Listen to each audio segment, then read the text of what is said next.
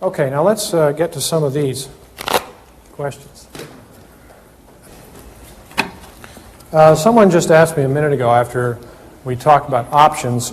He said, okay, I understand I should buy out-of-the-money calls at the low of wave 2 and sell them at the top of wave 3, but where do I buy them if you're in a correction? Same place. If you've had, if you have a 5, you want to buy them here and sell them here. If you have an ABC, you still want to do it at the wave 2 and wave 3. On the wave 2 rally, you want to buy your puts, sell them here. Buy them there, sell them there. The rest of the time, forget it. So it's always a second wave to third wave proposition. Because you've got so much evidence. Within this decline, it's 5 waves down, and this rally is 3 waves up. And that's really an after-the-fact evaluation. The interesting thing about entering an option trade this way is that it's very high confidence, and you've got all sorts of evidence because you've already had the signal that the trend has changed. You don't have to buy the exact low and guess the end of a corrective pattern, as an example. You can wait for the first 5-wave move and then enter on the 3-wave counter-trend correction. Okay, this is a good one. When assessing waves of smallest degree on hourly charts, when does one ignore a squiggle and when does one count it as a wave? The answer is never. All those squiggles are there for a reason. He said, I noticed some were ignored in some of the charts and wanted to know why.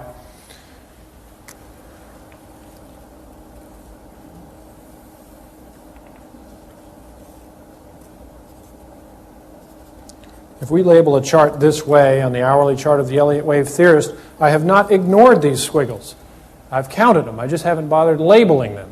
When you get down to the hourly chart, if you start putting more 1s, 2s, 3s, 4s, all the way down to the tiniest little things, it turns into a real mess. But every one of those wiggles is taken into account. There's not one that we failed to consider. I'd like to point out something about bar charts for a second.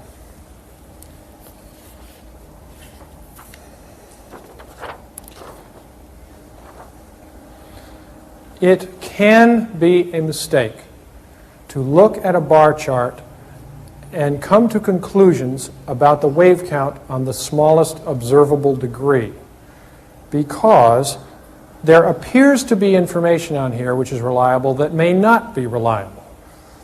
If in the bar chart you have an upward close and a down move and an up and a down close and an up and a little down, that doesn't necessarily mean that's 1, 2, 1, 2, or 1, 2, 3, 4, because in reality, even though this little pullback showed up, you had a long trading day where all sorts of things were going on that do not show up on here. For instance, you could see what looks like a 3-wave rally on a bar chart.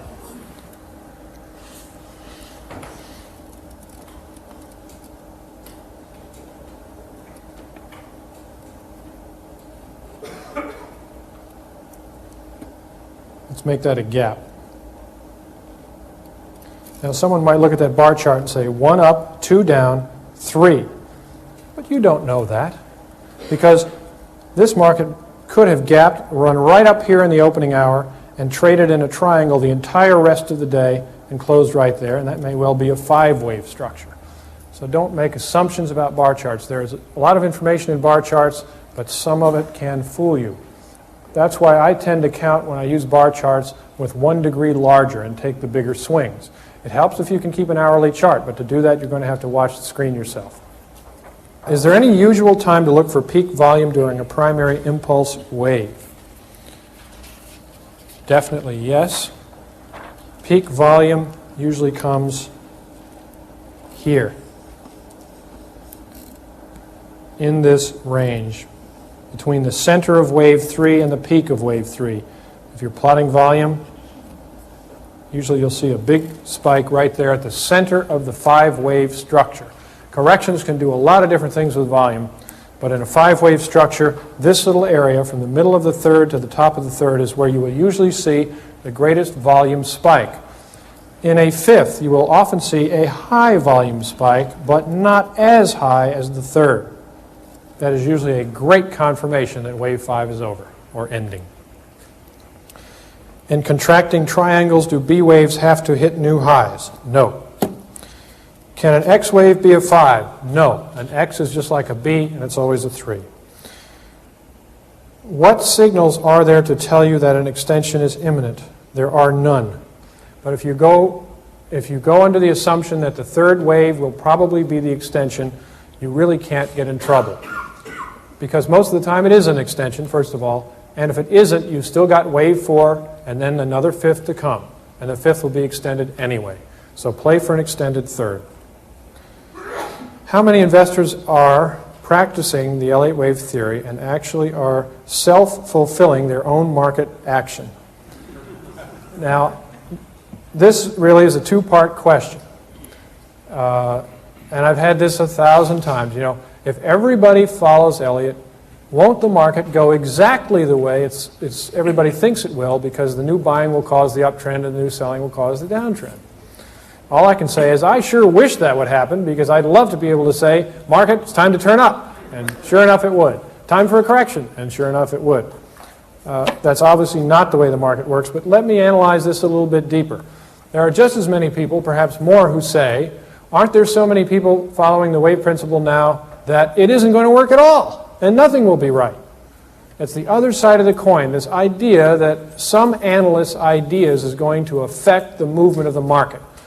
Now, that is really an ego-boosting idea, but I'll tell you, the market is so much bigger than any single person or group of people out there that it's going to do what it has to do. Analysts have proven throughout history, when people thought they had, quote, power to move the market, that at some point the market ignored them completely and did exactly what it wanted to do. So in reality, that power, just at the point when they were supposed to be at the height of it, did not exist. Now, as far as too many people following Elliott wave, can you imagine that? I mentioned that study that was done at Yale University asking people how they went about picking their stocks, and 75% of them said they didn't ask any questions. They got a tip and they bought it. If they didn't even find out anything about the company at all, what they made, read the prospectus, or even look at a chart of it, can you imagine them actually learning the entire Elliott wave principle? No way. Particularly as we come to the end of this bull market, they're going to be dragging more and more public types in there, and you people are going to be the wolves, you see, herding all the sheep around. But there are going to be a lot more of them than there are of you. And even among subscribers of mine, among people in this very room, how many do you really think will be taking action at exactly the same time with heavy conviction in the market? Very, very, very few. Even when the signals are very strong. Again, it's one thing to be academically correct on calling the market. It's another to turn that into money by taking action. Very, very difficult.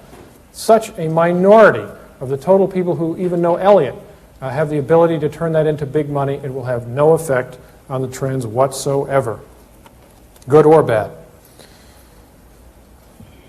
Do you consider Elliott wave theory a contrarian philosophy? No, not really. Philosophically, it's the opposite. It says basically go with the flow. You're not trying to fight. A contrary frame of mind, a contrary thinker, loves contrary opinion because he likes to be feisty son of a gun.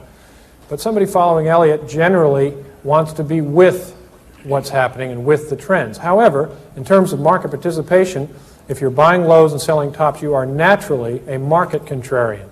It has to be the case because more people are bullish at tops than they are at bottoms. Would you please comment on the real estate area, especially in terms of how we can track the wave count on a broad basis? Well, I've looked into that actually, and I know of no index that will allow you to count wave structures in real estate. There just isn't enough good sensitive data out there. So I would say there's really no way to do it except using your knowledge of the personality of waves on a major trend basis. How do you know when a change of trend against the major trend is no longer a correction, but a major trend in the opposite direction, i.e. a bull market to a bear? See why it takes me a couple of minutes to read these sometimes. The basic answer is get some perspective. Know the history of your market. If you just started an hourly chart and you see, 5 up and then a 5 down like this, well, you really don't know what's happening. Now, let me draw it over here because in other words, is this A, B, C, and you're only going to be down for 2 days? Or was it the fifth of a larger degree, and really you're going to be down for a couple of weeks?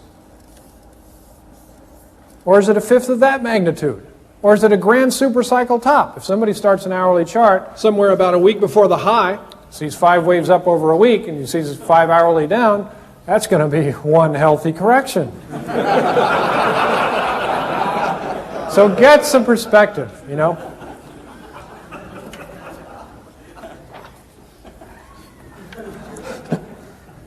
That'll surprise him, won't it? Oh, can a triangle alternate with a triangle? I think that contains a contradiction in the question in waves 2 and 4. No, there's no alternation there. Now, a triangle can alternate with the flat family or the zigzag family, but not with itself. And there's another reason for that. We mentioned that triangles never, or virtually never, depending on whether you argue over 1 or 2 points in history, occur in the second wave position. They are formations which precede the final move, so they wouldn't show up in the second wave anyway. Yes, it can be part of a combination in the second wave, but then it's a double 3, not a triangle.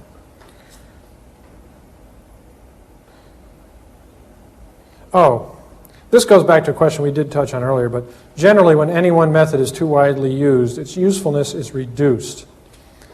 What do you think of Elliott and so forth?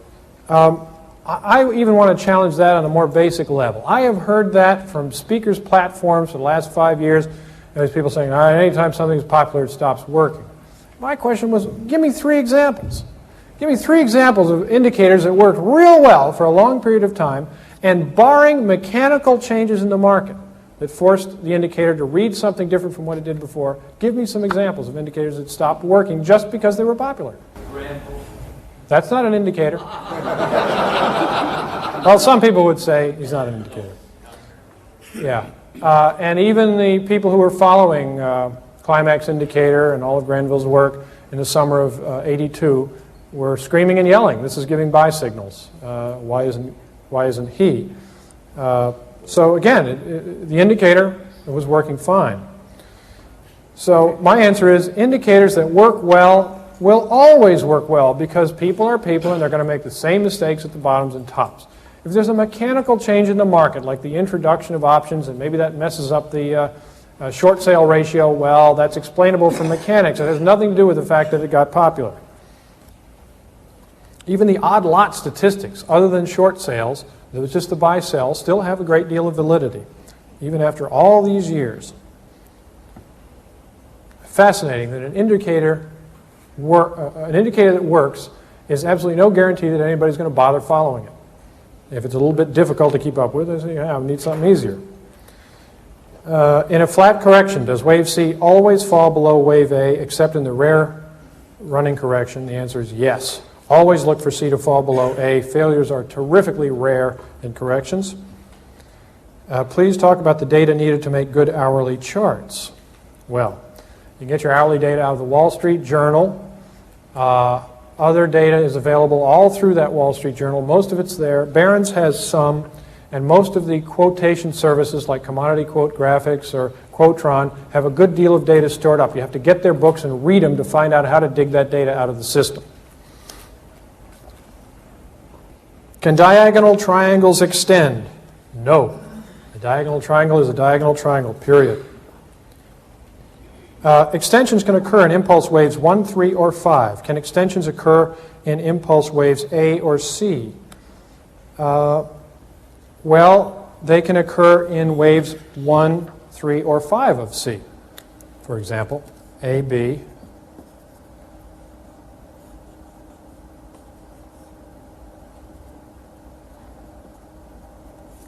There's an extension. So it's still in a third wave, and it could be in a fifth, and it could be in a first. That's where you're likely to find it. But within an ABC, nothing prevents the market from providing an extension on the lower degree.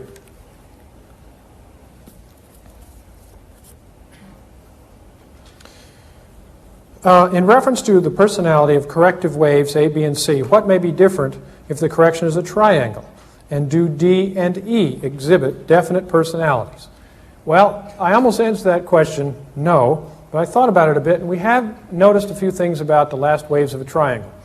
The D wave often has a very large burst of volume. We've seen several indications of that. And I believe that that is a hint or a kickoff that something is about to happen. If this is a triangle, you're about to get a thrust. And the D wave in here is going in the direction of the next big move. And sometimes, some stocks, for instance, when there's big volume here, have already turned up and thrusted. And you find a lot of volume in the D, and then you sink back in the E, and of course make everybody miserable, and then all of a sudden you do get the thrust. And there is something worth knowing about E waves as well. The E wave is the last move, and as an example, I'm going to draw a triangle in the declining market situation. One of the pages in the book showed a contracting triangle in silver. And Dave showed how it burst through the upper trend line right at the end, and there was news about the Hunts being out of their silver. Consider a triangle, even though it's sideways, as a rally because it's counter trend. Remember how we talked about the Dow Industrial Average in the 16-year sideways trend of 1966 to 1982? We said that's a bear market. All those stocks were getting slaughtered, and in real dollar terms it was a debacle and so forth.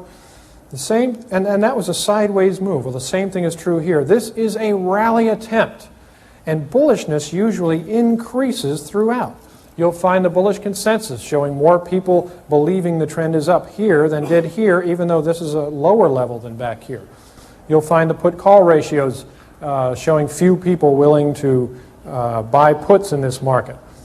Sometimes the E gives you a little gap, as it did in this situation, and there's good news. Where does good news usually come out? Top of a rally. So keep that in mind for E waves. What do you mean by hourly reading? Well, it's the reading taken upon the hour, and in New York time that would be 10 o'clock, 11, 12, 1, 2, 3, and close.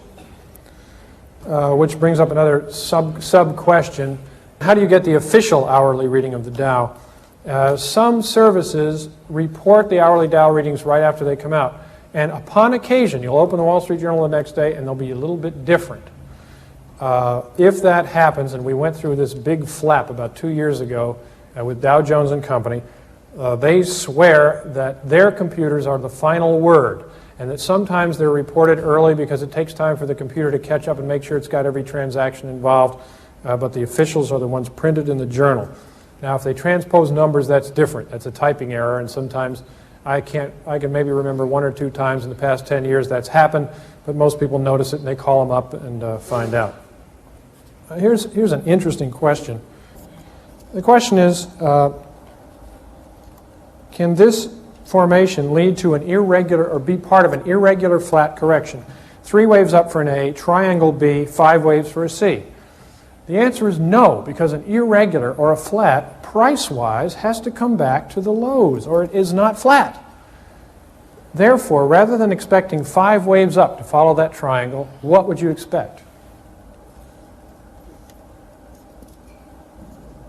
3 waves up. So a flat, there's a little section in our book called the right look. Don't call it a flat unless it looks flat, because if you go ABC, ABC, and then 5 up, and that B is way above the previous low or previous high in the other direction, it ain't no flat. Can the wave principle be computerized? Yes. I think it would be hard to do, but it's an objective study. It would require a lot of work, and I'm involved in doing that right now. Could you comment on being tied to staring at machine, ticks, trend, volume, etc., and trading successfully? Do you need to be at your battle station watching, or can you alleviate all this tension and emotion? Well, you really can tailor your trading to the amount of stress you can stand. Some people want to be in front of the machine all day. Obviously, if you're a professional chemist, you can't. Although I do know a surgeon who, over the operating table, has a bank of Quotron machines and futures contract machines. I swear. Now, would you like him operating on you? Look at that silver! Oh my! Oh, you know. This is the truth. The truth. He would call me from the operating room occasionally. You'd hear clink, clink, clink. He'd say, what do you think of soybeans? You know what I mean? I was very careful to speak in a calm voice.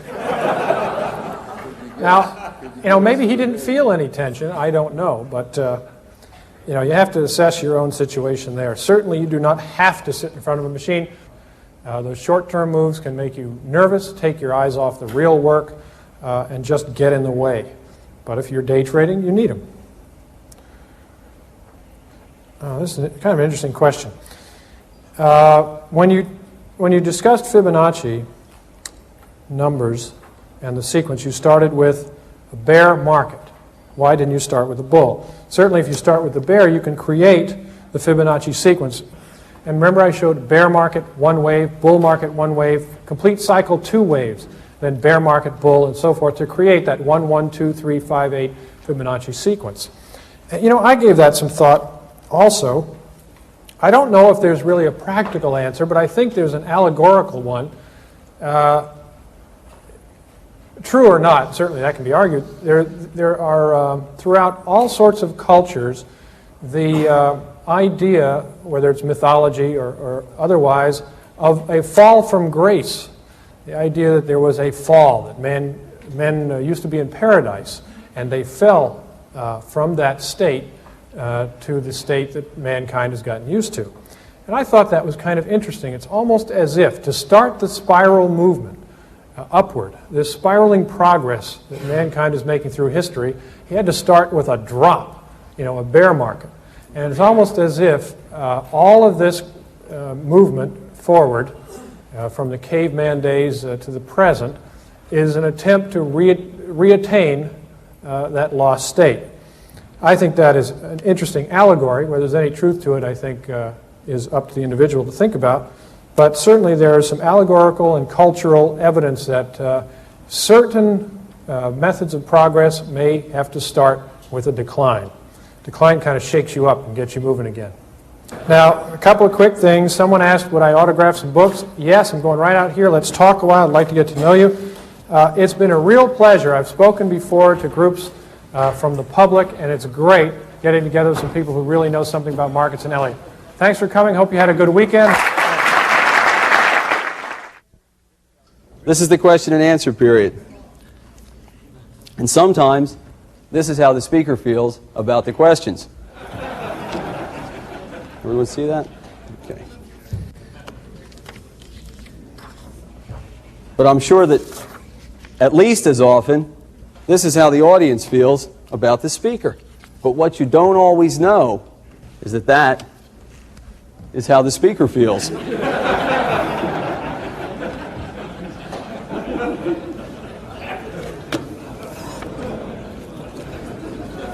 Okay. All right. Where can I obtain information, or what book can I read for semi-logarithmic charting? All you need to know about plotting on semi-logarithmic paper, all you need is that type of paper, semi-log paper. We carry some, if it's not from Keffel and Esser, K-E-U-F-F-E-L, and Esser, E-S-S-E-R, which is where we get our arithmetic scale paper, then I apologize, but I'm not sure of the name of the company right now. If Keffel and Esser do not have it, and you cannot obtain it from a nearby office supply store, just call the office and we will give you the name from the other paper. Please give us beginners the best graph paper to use, Keffel and Esser again. And what we use for page 2 of the letter when we show you an hourly chart of the Dow is number 47-1510. I also mentioned, and I had a question about, any multiples of 4.236 that we had seen. Now, this is a representation of the Dow Jones Industrial Average. This was August 1987. This was October 87. This was the low in October. And this decline was almost exactly 4.236, the wave 3 decline, times the decline from 2733 to 2515. And I wanted to point that out.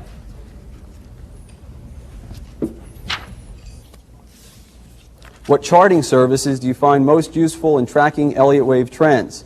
Without a doubt, definitely the charts that come in that have the wave structure already labeled are the most useful.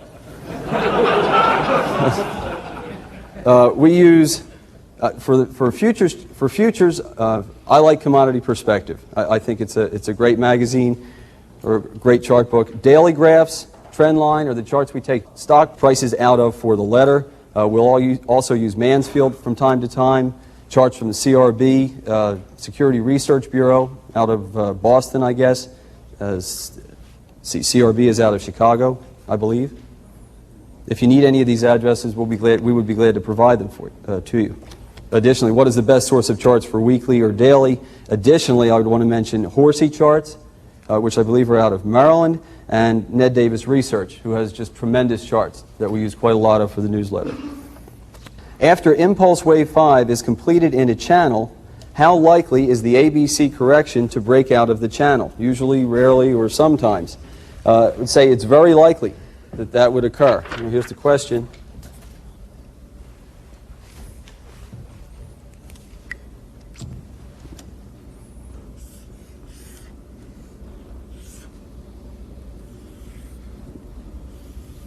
There's your Elliott channel in a 5-wave structure. How likely is the ensuing correction that occurs, the ABC correction, to break out of that channel? Usually, I would say more often than not, it will take that channel out, because the main reason is that it's a bigger degree than anything that has occurred within there. Can you apply the Elliott wave theory to individual stocks?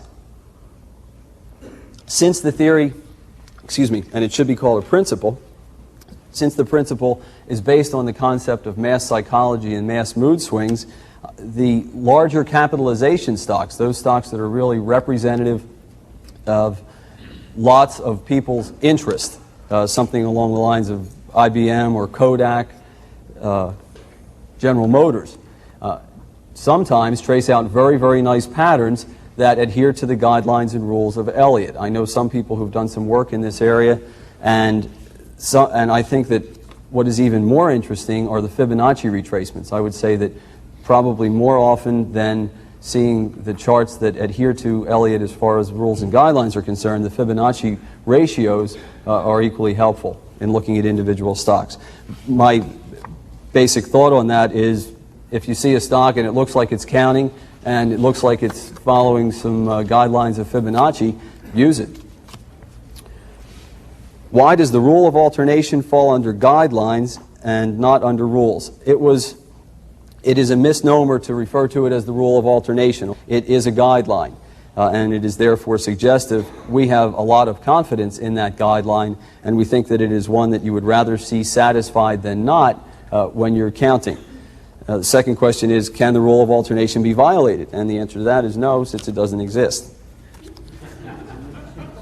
Okay, wave 3 must never be shorter than both waves 1 and 5. Does that mean in arithmetic terms, or percentage terms, or both? The answer is both.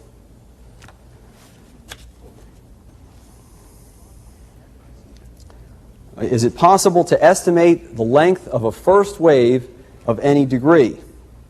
And I would say the answer to that is not really, but you can use the internal wave structure of that wave, because remember, that first wave will subdivide into a 5-wave structure. So within that, you've got the rules and guidelines applying to the wave structure. You've got channeling. You've got Fibonacci relationships. Wave 5 is 618 of wave 0 through 3. Maybe wave 3 is extended. Wave 5 equals wave 1. Wave 5 is 618 of wave 1. All those things we would look at, plus alternation on a smaller scale between waves 2 and 4 within what you want to count as a 5-wave structure.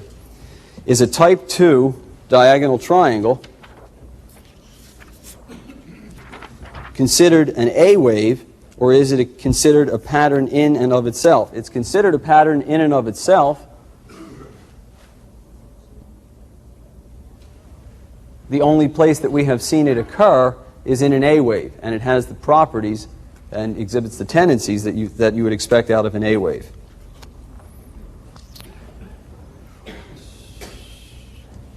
Okay, this is a question about triangles, actually. In this picture,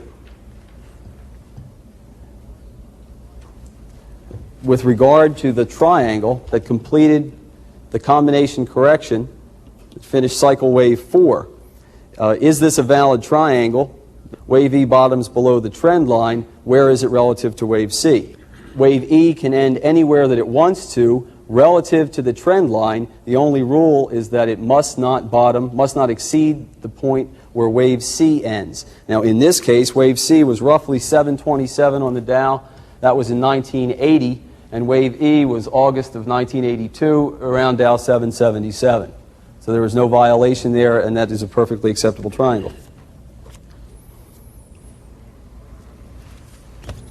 Okay, I wanted to clarify this point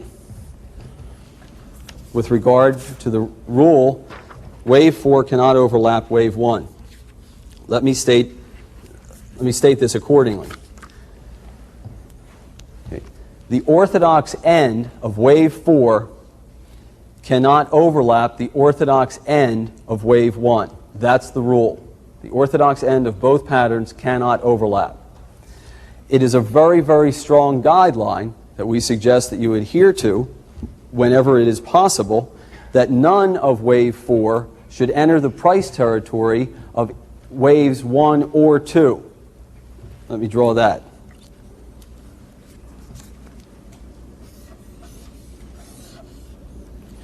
If you see this structure, and you've got it labeled accordingly,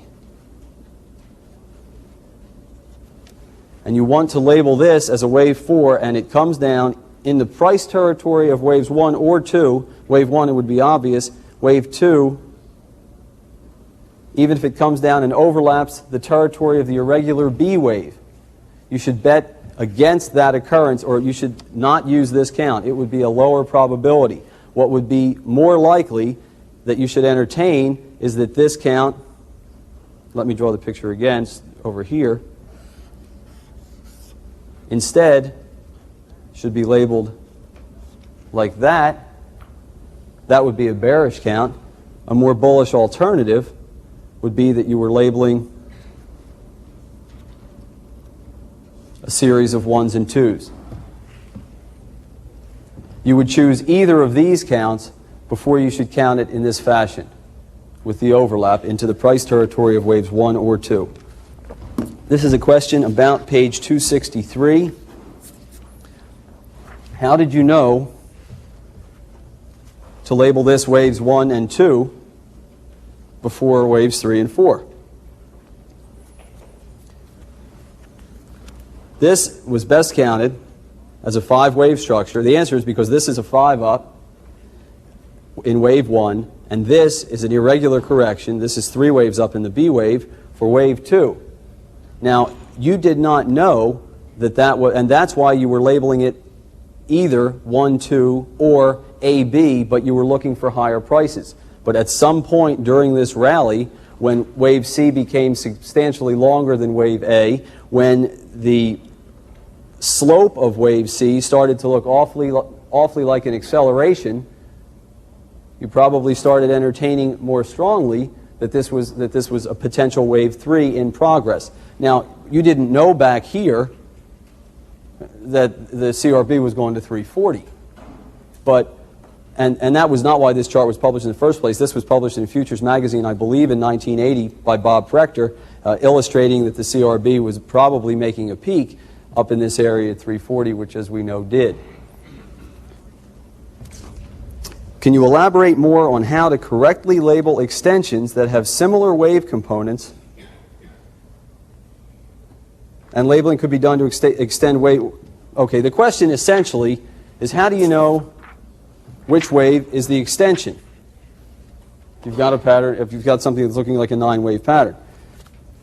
And the answer is that in the extended wave, you will see the better volume. More often than not, wave 3 will be the extension. Alternation will be a big clue as far as where you should put the extended wave.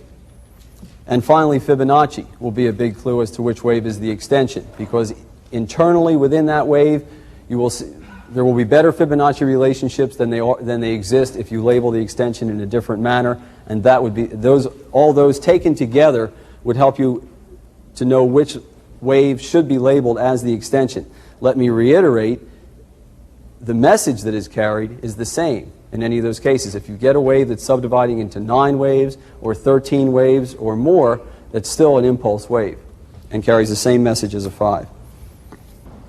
Are there best situations to look to trade off of? For example, diagonal triangle, fifth of a fifth of a fifth. Those are always good.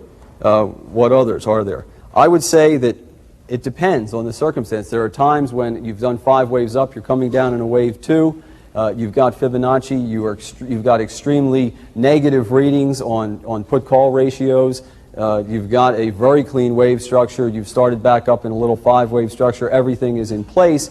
So it depends. You can get a very clean wave count almost anywhere. Let me say, though, that there are areas where it is not high confidence, but they're still great situations. October 1987 was not a high confidence area as far as what was taking place with regard to the wave structure. We presented 3 counts in that letter. But what we did know with surety was that the best strategy to take at that time was to move to the sidelines and get out of the market with a very tight stop. This is page 236. The question: does this correction for minute wave 2 count A, B, C, X wave 2, and is it over? No. Is that a different type of correction? This pattern right in here is a zigzag, and it was just too small to stick the letters in on the chart, is the answer to that. This was a zigzag, though. And it was subdivided accordingly on the hourly chart. And that, by the way, was the September 1985 low. Okay. On the hotline, you usually give us wave structure, but you rarely mention the wave count. Can you explain why? Yes. In many cases, if I see a clean 5-wave structure to the upside, followed by, let's say, for example, to the upside, followed by a clean 3-wave structure down, I will say you've got a clean 5 up, you've got a clean 3 down, and that means to the student of Elliott, look for higher prices ahead. We're 5 down, 3 up, and we look for lower prices. That's the wave structure. As far as the wave count is concerned, it's not practical, because that 5 up, 3 down could be 1 up, 2 down, or it could be 1 up, A of 2 down, or it could be A up, B down, or it could be A up, A of B down. And to mention all of those really serves no purpose.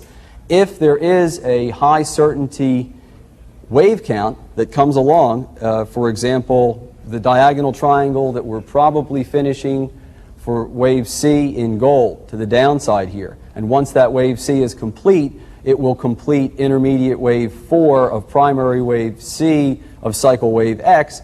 I'll probably mention that on the hotline. But otherwise, to go through all the alternates would just take up time and not really serve any function. If you're a student of Elliott and I say 5 up, 3 down, you know what I'm talking about anyhow. If you're not a student of Elliott and I give a wave count, then it really doesn't serve any function. Does Elliott wave analysis improve one's sex life? Signed, a lonely adherent. Am I blushing? I don't know. My first thoughts on this are yes, in a double or triple 3. So, okay. How long does it take for a beginner correctly to count waves? I talked to Bob about this. Roughly 5 times longer than it does for a professional. The answer though really is a function of your experience with the patterns. If when you're studying Elliott, you're going to take a look at a chart, at a daily chart, you're not going to see as many subdivisions as you do if you're going to look at an hourly chart. And if you take it down to a 5-minute basis, you're going to see a lot more subdivisions, and you're going to get a lot more opportunity to label waves and fit the wiggles into the patterns. So if you're anxious to learn, then that would be my suggestion. The more you get to label, the quicker you'll learn it and the quicker you'll become proficient at it. What is the best source of 1-hour charts without costing an arm and a leg? We plot our charts by hand, and we take the numbers. We have a friend who calls us, or a trader who calls us during the day, and with the hourlies, and otherwise we take them out of the Wall Street Journal and plot them yourself. Is probably the best. And that way you know that the chart is plotted correctly, number one, and number two, you get the experience of plotting it. Okay, there are a couple questions along these lines, and essentially what they're asking is, how do you know that you're still in a corrective pattern? You say, usually when your ulcer starts to bleed, but that's always a good sign. It's like one of those good news, bad news jokes, right? But I know we're still in a correction. The way this one is phrased, at the end of an ABC correction, how do you know if you will get an explosive up move or a more sideways correction? All right, you don't, but you can get a good feel for whether or not the corrective pattern is over. Now let me draw this example.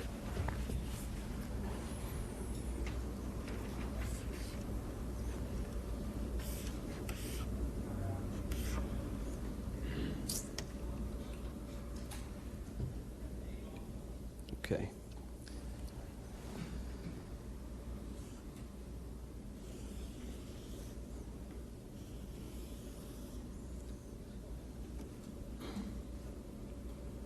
Well, I'd like to move this wave 4. Actually, well, we'll leave it like this for the time being.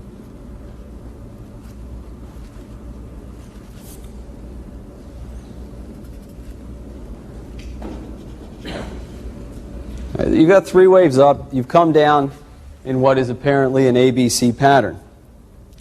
Now, is this correction over? Well, what are the guidelines and the rules that we've talked about? Mostly guidelines in this case tell you about. Alternation, number 1. Wave 2 is sharp. What's the likelihood that this is wave 4 if it's sharp? Well, not as good as if it were sideways or a triangle. So that argues against this being the end of the corrective pattern. You've got the channel estimate that Elliott taught us to draw. You've got waves 1, 2, and 3 complete. You draw a trend line through points 1 and 3. You draw a parallel line off of line 2. That's a good estimate for the end of wave 4. You've got the previous 4th wave support zone, which I've drawn down here, that you would expect the correction to find support in. You've not come down into that. Finally, more often than not, corrections come down a minimum of 0.236, within of at least the 3rd wave, and I'm sure that's not that, probably 382 or larger, with the exception of waves that are just in an extremely accelerated phase. So instead of betting that this is the end of the correction, more likely what you would see, and let me just make this a little longer so it looks better on the picture. At this point,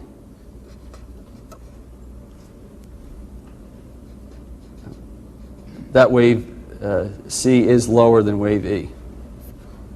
Now, at that point, it's a much better bet that that correction has ended, because now you've satisfied at least alternation with wave 2, and you've also come over to the channel line.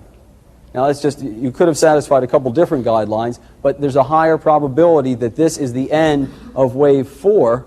Maybe you've also seen a dry up in volume. Remember, we talked about that during this pattern. You know, so that by the time you get, and this is something that we've seen occur very often, by the time you get an E wave on an hourly chart, if you keep hourly volume, you'll see the lightest volume hour that you've seen in weeks. It's very typical for an E wave within a contracting triangle to do that. So at that point, you would say it's a better bet that that correction has ended. Let me draw one other example, because there was a second question that was similar. What is the best way to assess whether 3 waves down is an A wave, or is all the correction, or just A of the correction? Let's say in this case, all you've got is 5 waves down, or is 5 waves up, and you've done a little ABC. That. You don't know whether to label that all of the correction or part of the correction, because you don't have anything to satisfy as far as alternation is concerned. In that case, I'd look more to the previous 4th wave of 1 lesser degree. Let's say you've also started up here to that point. Now, you don't know at that point whether you've begun a new impulse wave or not. But since this correction also, the way I've drawn it, is very shallow and has not even come back to roughly a 38% retracement of the 5-wave structure prior to it, what I would expect to see is 5 waves down like that to complete a flat correction in this case, before you see the market move up again. To use Dow volume or New York volume, we look at total New York Stock Exchange volume. I've looked at Dow volume. I know Bob has from time to time. I would say if you use it and find it to be worthwhile, as with any tool, I would use it. We don't specifically look at it. Can wave 2s retrace up to 80% of wave 1 and still be validly counted as the second wave of a potential 5-wave advance? Yes, they can retrace up to 100%, but not more. In a simple ABC corrective pattern, a zigzag, can wave A be longer than wave C? Yes. We looked at an example where wave C was 62% of wave A. If there is an extended first wave, do you expect that there will be a higher chance of a diagonal triangle fifth wave or a failed fifth? I don't think that we have any evidence that would indicate that you should look for that. Do you recommend half-hourly Dow charts to obtain equal segments? As opposed to hourly? We look at everything that we possibly can look at, and we use whatever is the cleanest as far as wave counting is concerned. Finally, how do you calculate the dollar-weighted put-call ratio, and how do you calculate the weighted futures premium? There is the formula for the dollar-weighted put-call ratio. Let me just tell you what it is. This is a summation. We look at the 5 most active options on the CBOE, which are usually the S&P 100. To calculate the dollar-weighted, we take the price where the option closed times the volume of the option for each of the top 5, add them together, and that gives you this number. You do the same thing for the calls, and that gives you this number, and then you divide it, and that gives you the ratio. And it's been very helpful. As far as the futures premium, weighted futures premium is concerned, and I'm sorry, and then we take a moving average of that as well, but that's how to do it on a daily basis. And I should say that the idea for the weighted futures premiums, as far as I can remember, came from something that Ian McAvity used to do, or probably still does. What we look at the nearby futures contract and see how much time is remaining until that contract expires, and then take a look at its premium or discount. And we do the same thing with the back month. How much time expires or how much time is remaining until it expires, and what is the premium or discount in that future relative to the cash. What we do is take the number of weeks nearby times the premium or discount, I'm abbreviating here, of the nearby contract, and we add to that the number of weeks left until the back contract expires times the premium or discount on the back contract. And you sum that together, and then you divide it by total weeks. And then we smooth it. We use a 10-day. That's up to the individual. That ends my section on questions. I've really enjoyed this weekend. I've enjoyed speaking to you, and you've been terrific. Thank you very much.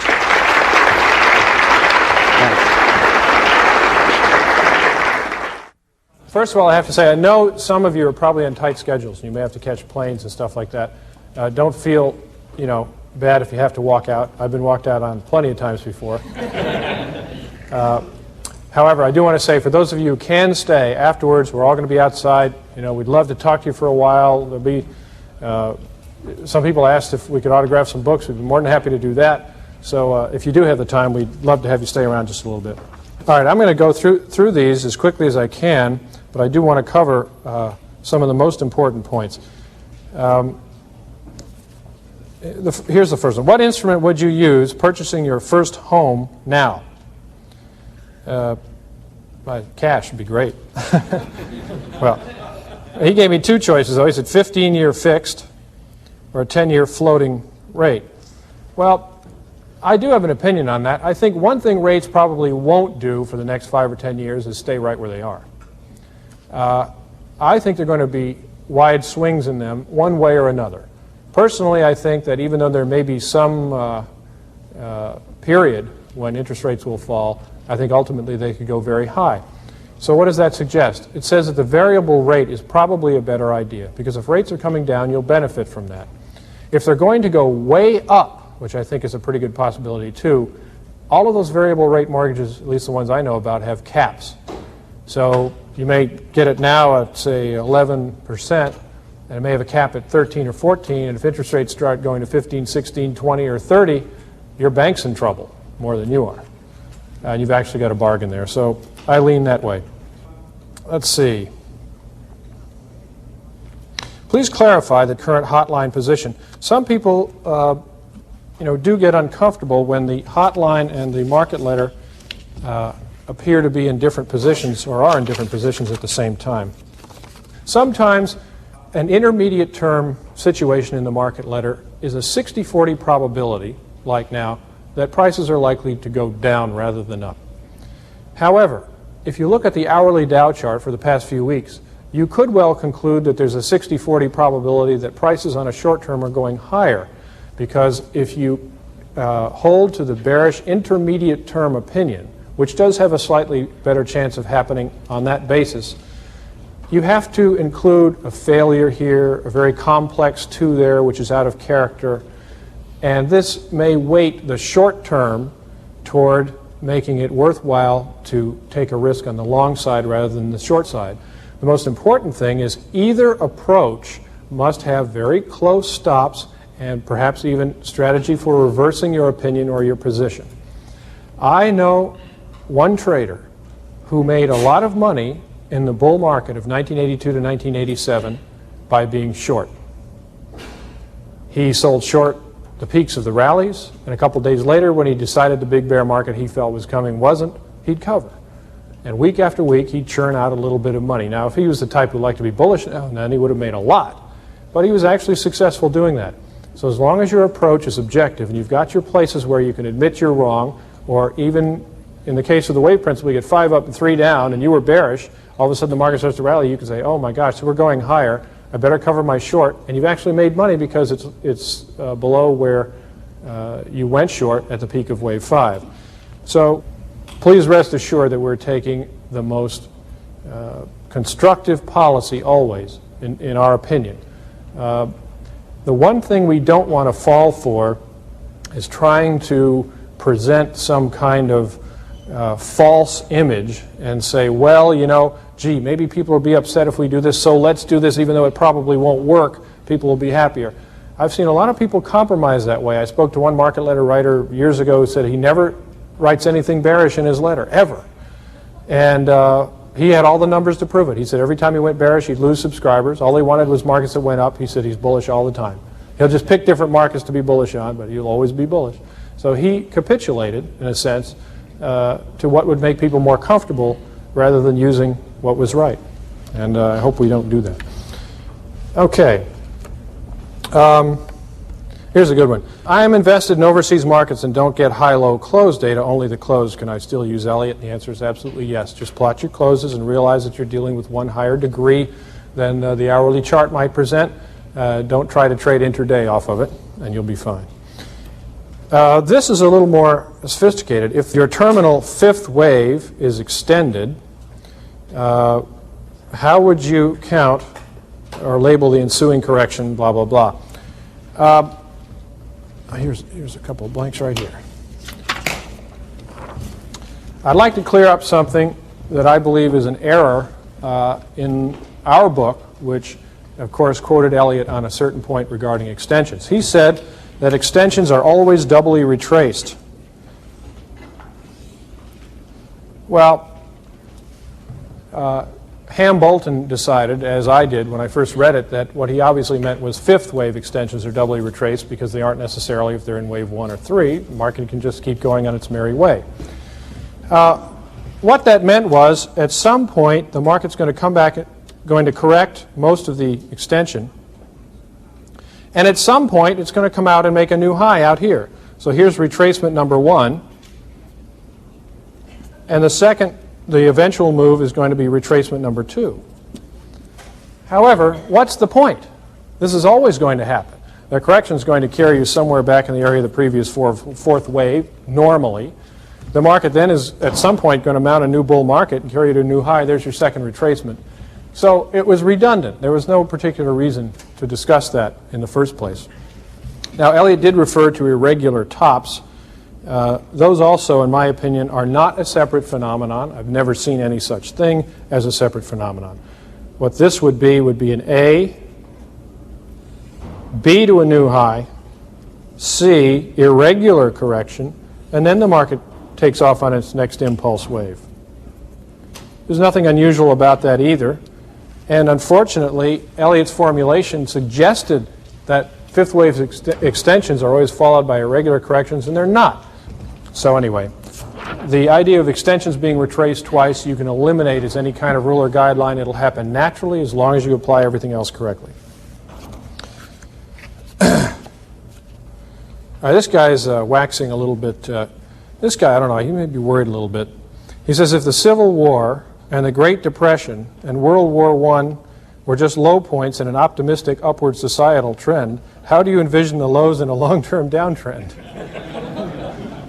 Well, I can only say this. So far, the history of mankind shows that the long-term trend is up. Times have been tough on and off again for as far back as recorded history goes, and even in unrecorded history, I don't think the cavemen always had it easy.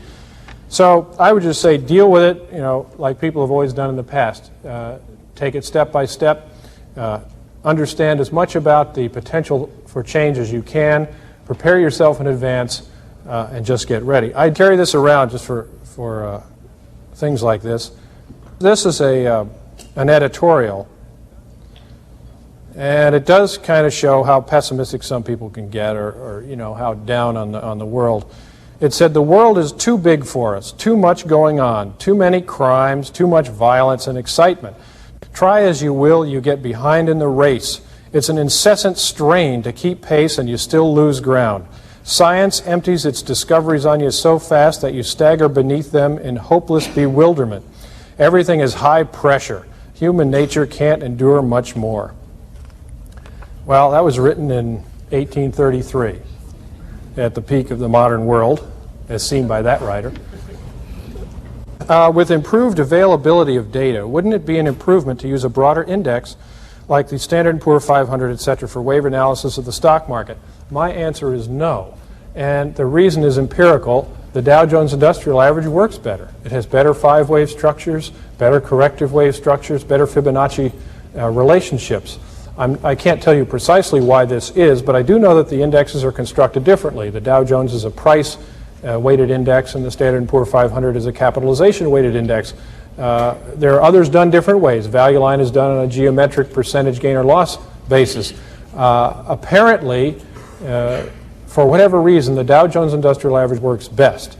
My conclusion about this is that the Dow is the index with which most people identify. So it has a certain ability to influence decisions, which is the reciprocal of the decisions influencing the Dow. If someone is turning bullish for some other reason, he may be buying IBM or General Motors. Someone else may not have had an opinion, but as soon as he sees the tape starting to move up, he decides maybe he'll do some buying. Another person is made up of a different psychological orientation. He sees the tape move up and he decides he wants to take some profits. So the buying and selling is moving the Dow Industrial Average, and the Dow Industrial Average is causing buying and selling among some other people. So it's almost a symbiotic relationship among the crowd. They're watching, each member is watching itself as a group ebb and flow, and is acting and reacting at the same time. I think that's the reason why the Dow reflects Elliott better than the other stock market indexes. To determine the higher degree waves, would it be appropriate to take a moving average to filter out short-term fluctuations? I think the answer is no. I don't see any particular reason why you should. Part of the problem is that a moving average is a time-smoothing mechanism. you can have a wave 2 last, say, 1 day, and a wave 4 may last 2.5 or 3 weeks. So on a moving average, wave 2 doesn't even show up. It hardly dents the moving average, whereas wave 4 lasts long enough to cause a pullback in it. You'll only see 3 waves up instead of 5, but when you go to analyze it, it's a perfect Elliott wave pattern. So I would not use moving averages to smooth prices to determine the wave analysis. This guy's down to earth here. When will the videotapes of the seminar be available, and how much are they? I hope they're available soon. They're going to require some post-production. I'd love to have them by the end of the year, but I certainly can't guarantee it. I'm not sure what the price will be, but I will say this. Attendees to this seminar, this workshop, or any of the 4 prior ones will get the tapes for a cost-plus basis. It'll be probably 1/3 of what we'll sell them for to everyone else. Yeah.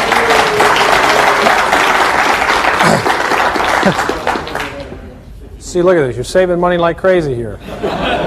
You've already been able to cancel all your subscriptions and everything else. Oh, by the way, that brings up another point. Speaking about cost, there's at least one person here who took an Elliott wave course 20 years ago from Ralph Distant. It was in Chicago, wasn't it? And he charged $2,100 for the course. Now, in $1966, we're charging about 1/3 of that. I think that's pretty good. The last question, this guy says, are there any other examples of Fibonacci that you can give us? And there's at least one. A.J. Frost likes to talk about this one. He says that it was very important to him to discover that in most human bodies, the navel divides the total height into the Fibonacci ratio. And before he married his second wife, he doesn't always say before he married his second wife, but I have a feeling it was. He measured her. And he did say that he wouldn't recommend it for everyone because it led to some unnecessary bedroom activity.